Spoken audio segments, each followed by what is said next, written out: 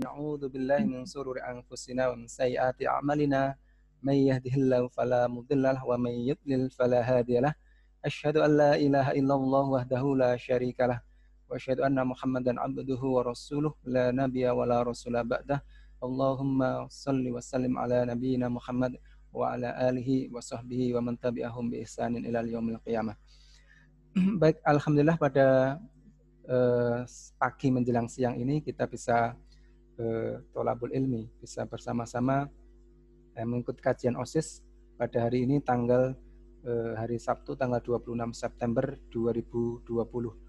Semoga Allah Subhanahu wa taala melimpahkan rahmat dan hidayahnya, karena orang yang datang ke pengajian atau kajian walaupun ini sekarang lewat Zoom itu Rasulullah menggambarkan seperti taman-taman surga yang di dunia. Jadi kalau kita pengen ke surga nanti di akhirat nanti, maka di dunia ini kita mampir dulu di tamannya, di taman surga. Apa itu taman surga? Yaitu majelis ilmu, majelis zikir, majelis yang senantiasa dibacakan Al-Quran, dibacakan hadis, atau dibacakan nasihat-nasihat untuk mendekatkan diri kepada Allah Subhanahu wa taala. Baik, pada kesempatan yang mulia ini kita akan bersama-sama belajar tentang mukjizat Al-Quran, bahwa Al-Quran itu sebagai mukjizat bagi kita. Al-Quran sebagai mukjizat. Nah, mukjizat Al-Quran itu salah satunya adalah sebagai syifaun, sebagai obat. Jadi sebelumnya saya sampaikan dulu, di Amerika, di Florida Amerika itu ada seorang dokter bernama Dr. Cody, itu meneliti seperti ini.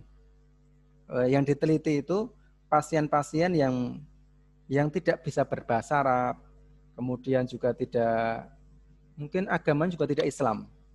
Jadi pasien-pasien ini dicek tingkat kesetresan, tingkat stres atau tidak kebahagiaannya dengan cara ditanamkan pada orang-orang pasiennya ini alat-alat yang pendeteksi jantung. Kalau orang stres kan detak jantungnya kan beda.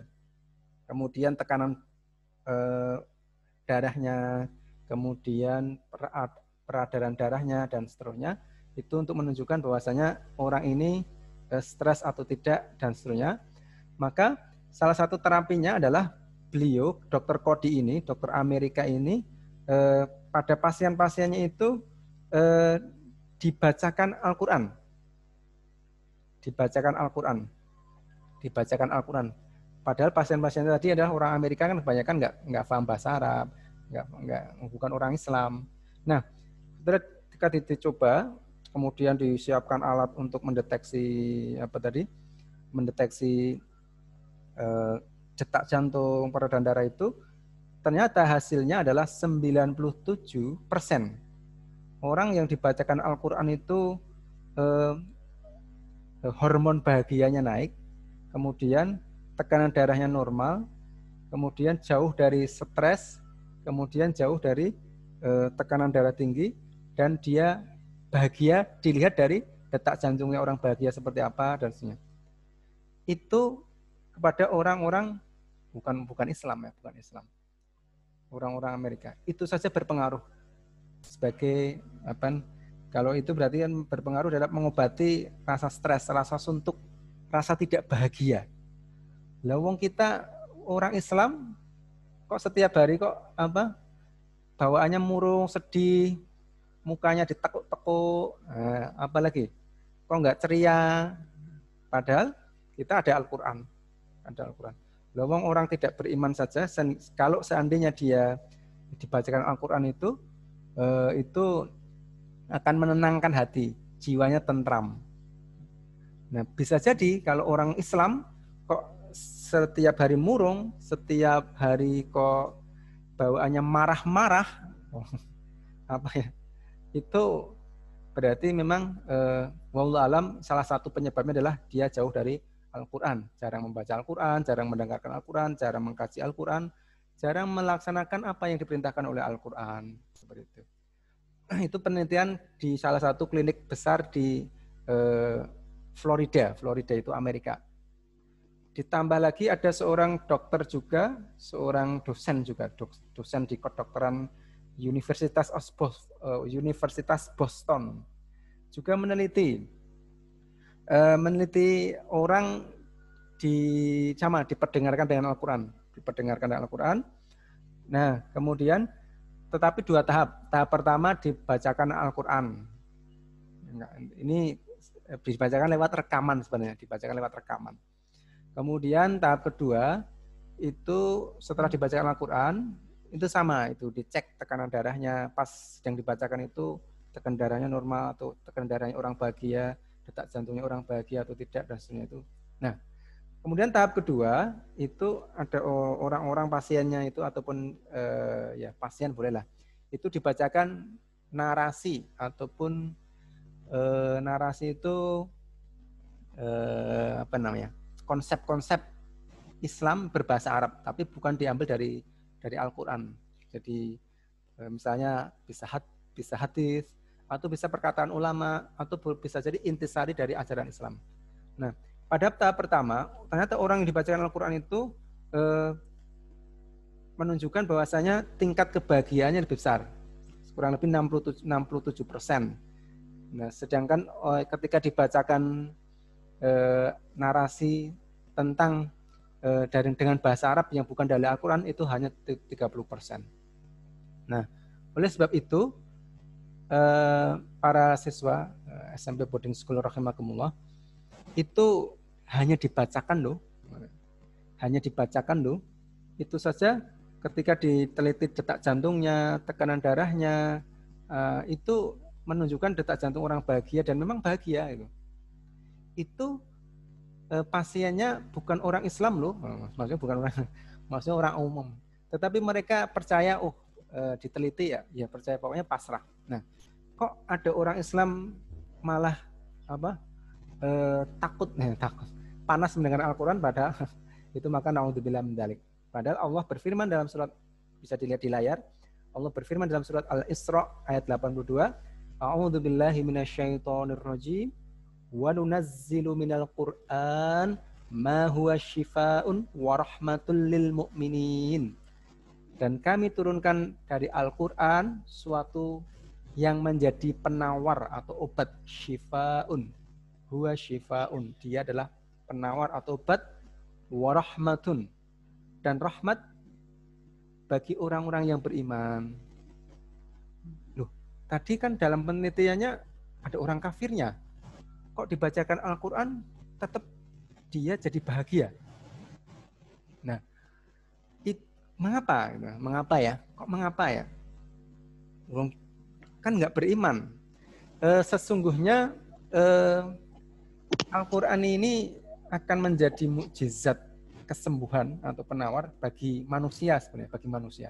Dengan syarat, jadi orang tidak beriman pun kalau dia pasrah, udahlah pasrah, ini netral, dia tidak mengkafir, dia tidak membenci, dia tidak ini, maksudnya kan ada orang-orang dibacakan Al-Quran, saya enggak percaya sama Al-Quran misalnya, saya benci Al-Quran. Nah, kepada orang-orang yang seperti ini maka ayat lanjutannya wala yazidud dzalimina illa khosaro. Jadi dan Al-Quran itu tidaklah menambah kepada orang-orang yang zalim selain kerugian. Zalim itu kedzaliman yang besar itu adalah jelas menzalimi Allah, mensekutukan Allah. Kalau orang yang benci pada Allah, mensekutukan Allah, tidak menganggap adanya Allah dan seterusnya, dia tidak memasrahkan diri pada Allah, pada orang-orang yang memusuhi Al-Quran, maka itu adalah suatu kerugian. Maka tidak akan berpengaruh. Karena kalau udah orang sangat benci, tetapi kalau dia seperti Umar bin Khattab ya, Umar bin Khattab itu masuk Islam kan gara-gara mendengarkan Al-Quran ya. Loh, awalnya kan dia sangat benci kepada Islam, bahkan sampai mau membunuh Rasulullah. Jadi ketika itu Umar bin Khattab itu sedang naik kuda, sedang membawa pedang, karena orang-orang Islam sudah semakin bertambah banyak, Umar bin Khattab mau membunuh Nabi Muhammad SAW. Di tengah jalan, ketika dia mau membunuh itu, ada orang mengatakan, "Hei Umar," menyapa, "Hei Umar, mau kemana? Kok kamu kok sepertinya memendam amarah yang luar biasa. Mau kemana kamu?" Maka Umar bin Khattab itu mengatakan, "Aku akan membunuh Muhammad." Karena Muhammad itu banyak orang-orang yang telah meninggalkan agama Quraisy, agama penyembah berhala-berhala atau agama nenek moyang kita. Loh, jangan gitulah. Lawang adikmu saja, namanya adiknya Umar bin Khattab itu bernama Fatimah binti Khattab. Lu adikmu saja juga masuk Islam. Hah? Adikku masuk Islam? Udah, aku datangi adikku dulu. Akhirnya dia balik kanan lah, ataupun akhirnya nggak jadi ke tempat nyari Nabi Muhammad SAW, akhirnya ke tempat adiknya.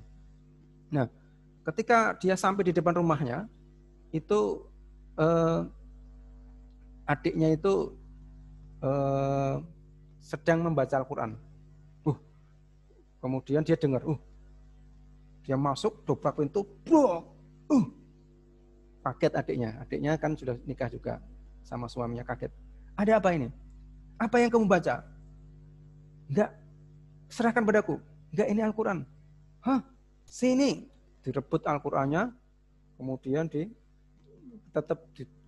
Fatimah binti Khattab tadi mempertahankan sampai akhirnya dipukul. Adiknya dipukul sampai terjatuh. Kemudian dia lihat, intinya ketika dia dibacakan Al-Quran ataupun lihat tentang ayat apa itu, akhirnya bergetar. Adikku itu luar biasa, sampai rela mempertahankan Al-Quran daripada dipukul aku. Akhirnya dia buka itu Al-Qurannya itu, kemudian dia lihat, karena dia akhirnya seketika itu Umar bin Khattab akhirnya masuk Islam, karena mukjizat Al-Quran itu bagi orang Arab yang cerdas. Orang yang cerdas itu pasti membaca Al-Quran langsung masuk Islam. Cerdas. Berbeda dengan orang yang cerdas dalam arti ini, dia menggunakan pikirannya, bukan mengedepankan hawa nafsunya. Maka dia akan beriman kepada Al-Quran. Akhirnya Umar bin Khattab masuk Islam. Nah, itu sesungguhnya kalau kita pernah melihat tayangan YouTube orang-orang yang dibacakan Al-Quran, dia bukan orang Muslim kok hatinya menjadi bahagia dan sebagainya, itu karena memang Al-Quran itu akan menjadi obat, akan menjadi penawar, akan menjadi mukjizat bagi hati ini. Ibaratnya itu seperti ikan lah. Sebenarnya manusia itu semua itu seperti ikan. Maka Al-Quran itu seperti air. Sampai orang kafir pun kalau dia dengan air pasti senang. Karena seperti ikan. Itu kan fitrahnya seperti itu. Fitrahnya seperti itu. Loh, kenapa ada orang-orang yang membenci Al-Quran dan pengen membakar? Nah, dia tadi mengedepankan kebodohannya, bukan mengedepankan kecerdasannya. Itu tentang Al-Quran. Obat ini sebenarnya obatnya itu dua ya, mengobati fisik kita dan juga mengobati jasmani, fisik jasmani juga, mengobati ruhiyah kita jadi bahagia, hilang stresnya. Itu semua adalah salah satu mukjizat Al-Quran. Dan mukjizat Al-Quran ini akan sampai hari kiamat, sampai hari kiamat nanti akan tetap menjadi mukjizat. Bahkan tidak hanya pada manusia, pada jin pun juga sama. Dalam surat jin itu sebutkan qul uhiya ilayya annahu istama'a nafarun minal jinni faqalu inna sami'na qur'anan ajaba. Jadi di dalam surat jin ini diterangkan ada sekelompok jin yang ketika itu mendengar bacaan Al-Quran Rasulullah. Kemudian jin itu mengatakan dia bahwasanya Al-Quran itu yang mulia, yang menakjubkan. Jadi, bagi jin saja itu juga menakjubkan. Itu menenteramkan. Tetapi bagi syaitan, Kan setan itu kan jin yang dari kafir ya, jin kafir kan setan. Jin setan kan kafir. Itu jin kafir, anak buahnya iblis itu, mengapa dengan Al-Quran dia kepanasan?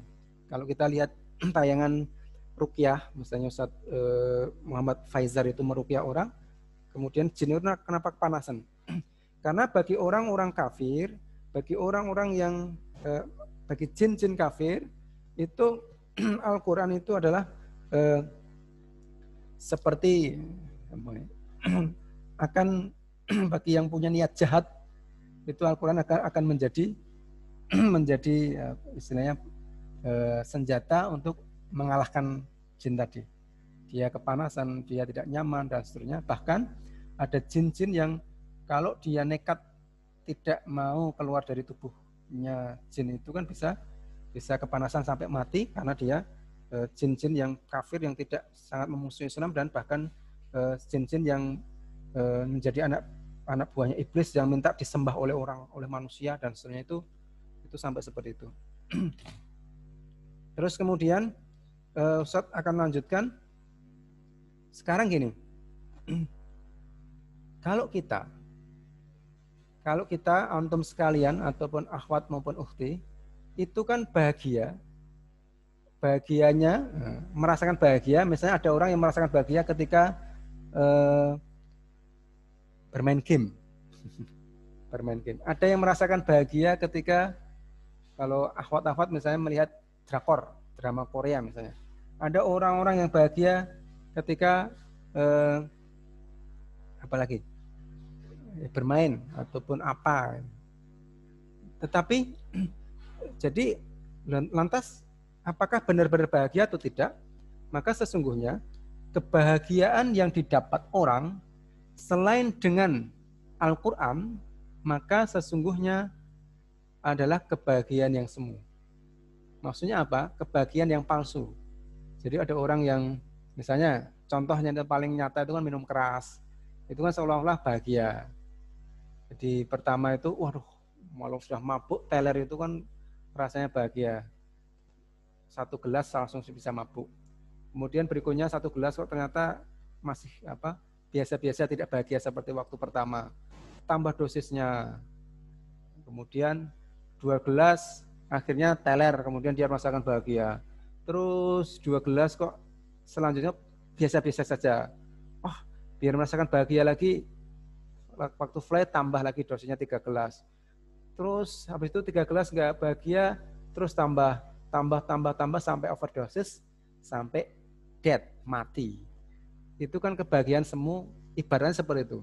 Setiap kebahagiaan yang didapatkan bukan bersumber dari Al-Quran, malah bersumber dari kemaksiatan atau bersumber dari kelalaian, hura-hura, maka sesungguhnya itu kebahagiaan seperti orang minum minuman keras atau narkoba.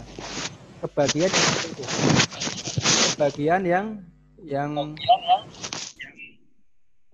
yang melalaikan, kebahagiaan yang palsu. Nanti akan membunuhnya. Maksudnya membunuh itu akan membinasakan, akan membinasakannya. Entah itu jadi stres, entah itu jadi cepat tua, entah itu misalnya itu akan didapatkan orang-orang yang berusaha memperoleh kebahagiaan dari hal-hal yang dari Al-Quran, dari perintah Allah Subhanahu wa Ta'ala. Oleh sebab itu kita perlu kita lihat ternyata yang membuat kita bahagia selama ini kebanyakan apa sih? Oh, kalau jajan banyak, berarti ini kebahagiaan semu. Karena semuanya gimana? Coba kalau setiap hari cuma jajan, 2 nggak melakukan aktivitas kan, itu bisa membuat bahagia. Tapi kalau misalnya uang jajan banyak, itu menjadi bahagia kalau nanti uang jajan itu digunakan seperlunya, bahkan ada yang diinfakkan, seperti itu. Itu kebahagiaan. Mungkin Ustadz pernah cerita ya, ada seorang bapak yang sudah tua mau bunuh diri.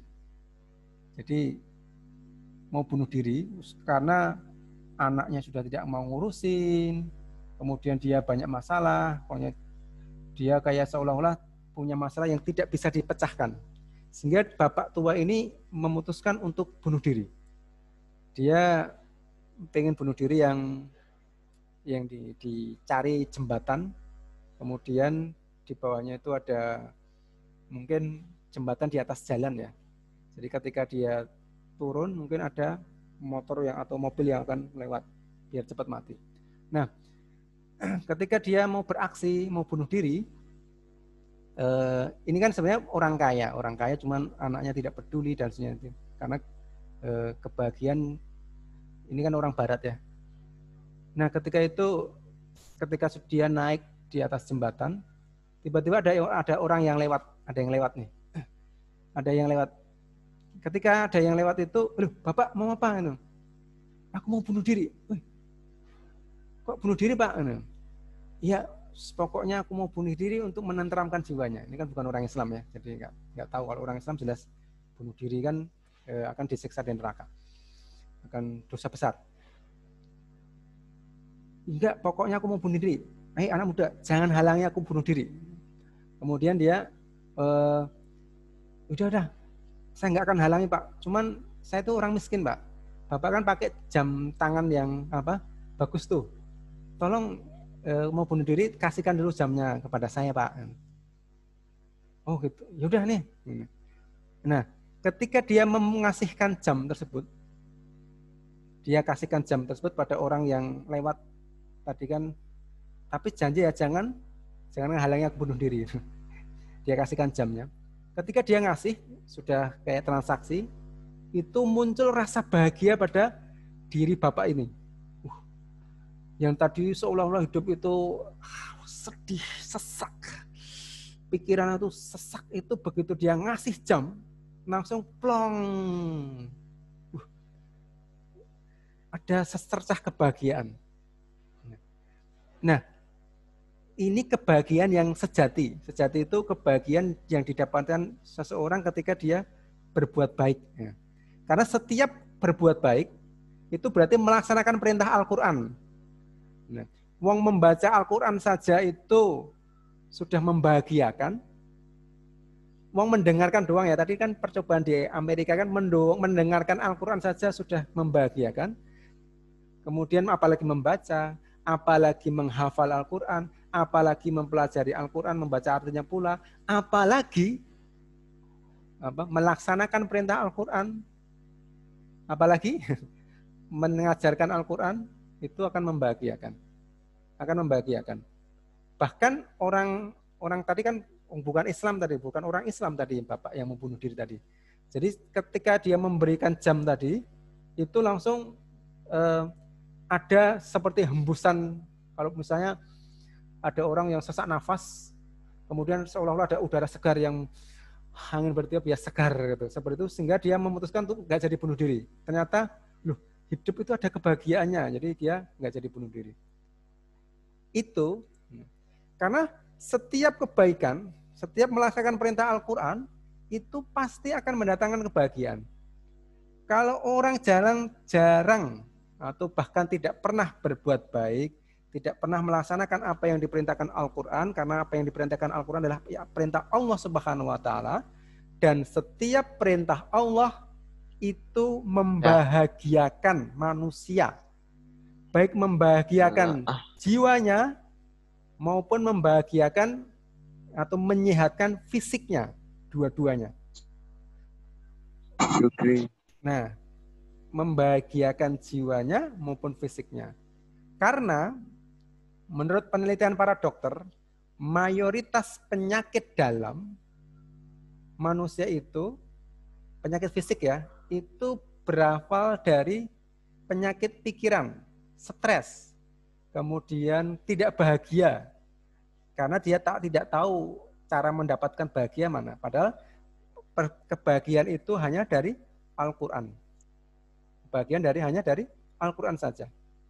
Maka kalau kita ini menuruti kebahagiaan bukan dari Al-Quran, main game biar bahagia hidupnya, wah 24 jam, tiba-tiba mati karena nggak makan nggak minum, bahkan nanti matanya bisa sakit dan seterusnya, itu kan seperti itu. Itu contoh ingin memperoleh kebahagiaan yang semu, palsu. Tapi kita itu kan mudah mendapatkan kebahagiaan yang palsu. Kenapa? Karena kebahagiaan palsu itu kan kebahagiaan yang langsung didapatkan biasanya. Begitu main game, wah senang langsung. Berbeda dengan ketika membaca Al-Quran. Membaca Al-Quran itu atau mendengar Al-Quran itu, kadang-kadang ada orang yang karena pikiran kemana-mana membaca Al-Quran biasa-biasa saja. Dibacakan Al-Quran biasa-biasa saja. Tidak serta-merta otomatis. Padahal Al-Quran yang bertahap sampai dia sering membaca Al-Quran, sering mengimani, sangat beriman kepada Al-Quran, baru dibacakan saja sudah menangis, baru dibacakan sudah terasa bahagia karena hatinya sudah bersih. Seperti orang inilah. Kan Al-Quran itu seperti obat ya, seperti obat yang membahagiakan. Dia itu seperti inilah, bukan obat lah, air. Kalau hatinya itu sudah kotor banget lah, atau kaca itu sudah tebel banget, disiram satu air itu nggak mempan, masih kotor. Air kedua masih kotor, air ketiga masih kotor, sampai harus diusek sampai jadi bersih kacanya. Ibaratnya ketika kita membaca Al-Quran, kok membaca Al-Quran atau mendengarkan Al-Quran atau menghafal Al-Quran kok tidak membahagiakan kita, berarti hati kita masih kotor. Itu perlu terus-menerus sampai diulang-ulang, sampai dikucek-kucek dengan cara dipelajari artinya, sampai kita benar-benar akan dan diamalkan, misalnya dikucek-kucek itu, nah itu akan memberikan kebahagiaan.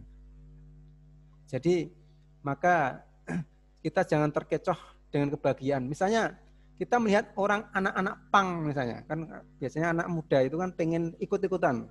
Lihat misalnya pas motoran diboncengkan ibu atau ayahnya itu, nah di jalan di Bangju itu ada anak pang sedang bawa gitar, rambutnya jengat putih ke atas, kemudian pakaiannya seperti itu. Dia lihat kok seolah-olah dia bahagia banget ya anak pang itu ya, hidupnya merdeka bebas. Akhirnya dia ikut-ikutan. Padahal kebahagiaannya kan semu itu. Kadang-kadang kita pengen mengikuti kebahagiaan yang semu, pengen ikut-ikutan. Nah inilah, maka jangan sampai kita ikut-ikutan. Nah, ikut-ikutan yang mendapatkan orang-orang yang mendapat kebahagiaan semu, padahal orang-orang pang itu ya kadang-kadang itu pengen pulang, pengen ketemu ibunya dan seterusnya. Ini naudzubillah min dzalik. Oleh sebab itu, bagi yang setiap hari kok nggak ngaji, nggak membaca Al-Quran, siapa yang setiap hari itu tidak membaca Al-Quran, kadang-kadang saja, maka kalau bawaannya suka marah-marah, nah itu pertanda jarang membaca Al-Quran. Bawaannya itu, mukanya itu seperti muka orang tua. Mukanya itu kayak orang serius, karena memikirkan beban yang berat. Walaupun orang tua pun kalau dia sering membaca Al-Quran, sering beribadah kepada Allah, itu kan pasti mukanya akan bercahaya, berseri-seri, tidak mudah marah, karena melaksanakan apa yang diperintahkan oleh Al-Quran. Maka wajahnya awet muda misalnya. Maka jangan sampai kita itu menjadi orang-orang yang tua belum masanya tua. Jadi usianya masih muda, tapi wajahnya sudah tua. Kenapa? Karena tidak bahagia. Jadi hidupnya itu menuruti hawa nafsu, yaitu main gadget saja. Jadi kan kalau main gadget, apalagi sampai larut malam dan seterusnya itu kan secara fisik itu akan menyita perhatian dia, dan dia secara jiwa juga tidak akan meraih kebahagiaan, bahkan itu menjauhkan kebahagiaan. Maka itu akan berakibat proses penuaan pada sel-sel tubuhnya itu akan mempercepat